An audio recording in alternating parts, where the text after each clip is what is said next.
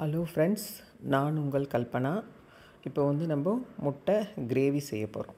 அதுக்கு தேவையானதெல்லாம் எடுத்து வச்சுருக்கேன். நம்ம இப்போ வந்து வெங்காயம், பூண்டு, இஞ்சி இது எல்லாம் போட்டு கொஞ்சம் கொரப்பாக அரைச்சிக்கலாம். அந்த மிக்ஸி ஜாரில் போட்டு கொரப்பாக அரைச்சிக்கலாம். ரொம்ப நைஸாக அரைக்க தேவையில்லை. கொரப்பாக அரைச்சி ஒரு கடாயில் எண்ணெய் விட்டு இந்த அரைச்சதை போட்டு நல்லா வதக்கிடணும். நல்லா வதக்கிட்டு அதே மாதிரி தக்காளியும் அரிஞ்சு மிக்ஸி ஜாரில் போட்டு நல்லா நைஸாக அரைச்சிடணும்.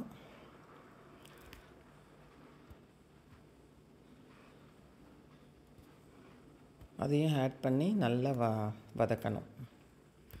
தக்காளி வந்து நல்லா எண்ணெய் சுருண்டு வர வரைக்கும் நல்லா வதங்கணும். அப்போ தான் வந்து இந்த கிரேவி நல்லா டேஸ்ட்டாக இருக்கும்.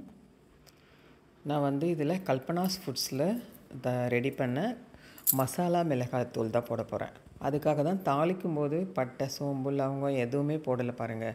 நான் வந்து எல்லாமே அந்த மிளகாத்தூள்லையே போட்டு அரைச்சிட்டதால் நம்மளுக்கு எந்த வேலையுமே கிடையாது. நான் பச்சை மிளகா கூட போடல. காரத்துக்கு ஒரே இது இந்த மிளகாத்தூள் மட்டும்தான் போடுறேன். நீங்களும் இதை வாங்கி ட்ரை பண்ணி பாருங்கள். ஒரு ஸ்பூன் போட்டு இன்னும் கொஞ்சம் இந்த கிரேவி வந்து நான் கொஞ்சமாக தான் செய்ய போகிறேன். அதனால் நான் கொஞ்சமாக போட்டிருக்கேன்.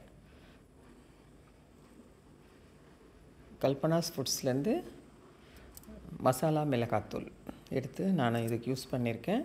நம்ம எதுவுமே போட தேவையில்லை.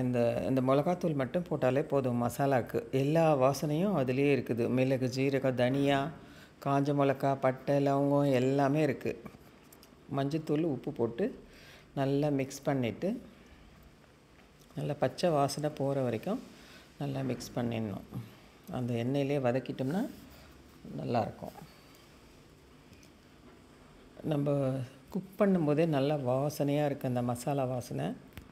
கொஞ்சமாக தண்ணி விட்டுக்கோங்க.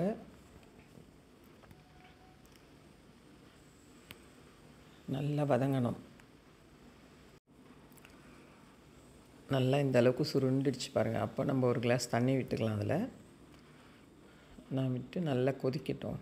கொதித்து நல்லா எண்ணெய் பிரிஞ்சு வரணும். இப்போ வந்து நம்ம அதில் நல்லா கொதித்த அப்புறம் வேக வச்சுருக்கோம் இல்லைங்களா முட்டை, அதெல்லாம் எடுத்து இதில் ஒன்று ஒன்றா போட்டுக்கலாம்.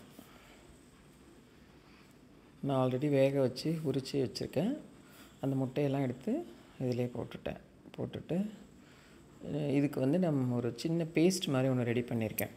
தேங்காயும் ஒரு 4 முந்திரியும் போட்டு அரைச்சிருக்கேன்.